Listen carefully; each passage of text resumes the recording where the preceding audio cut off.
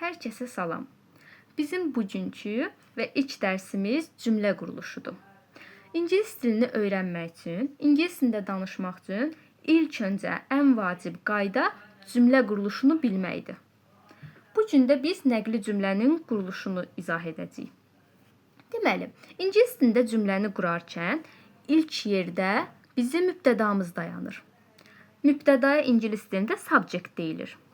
İkinci yerdə mütləq xəbər dayanır. Xəbər yerində isə feil dayanır.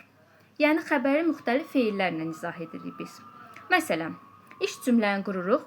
I study. Mən öyrənirəm. I bizim mübtədamız, study isə xəbərimizdir. Deməli biz artıq cümlə qurduq. Daha sonra bunu biz əlavə edə bilərik tamamlıq. Üçüncü yerdə tamamlıq gələ bilər. Tamamlığa deyilir ingilis dilində object. Daha sonra I study English.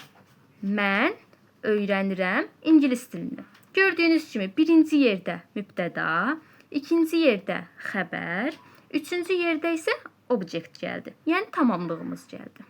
Daha sonra biz cümləmizə əlavə edə bilərik yer zərfini. Yer zərfinə ingiliscə adverb of place deyilir. İndi gəlin cümləmizə baxaq. I study English at home. Mən öyrənirəm ingilis dilini evdə.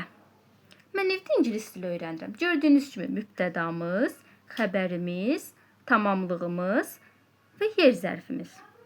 Daha sonra cümləyə əlavə edə bilərik zaman zərfimizi. Gələcək cümləmizə baxırıq. I study English at home every morning. Mən öyrənirəm ingilis dilini evdə hər səhər. Deməli, every hər, morning səhər deməkdir. Bu cür, deməli, ən vacib qaydamız cümlə quruluşudur. Təkrardan deyirəm. Cümlə qurulduğu zaman ilk yerdə dayanır mübtəda, daha sonra xəbər, tamamlıq, yer zərfi, zaman zərfi. İndi gəlin bu cümlələrə baxaq. Mən televizora baxıram. Yazırıq. I, mübtədamız, baxmaq feilimiz watch.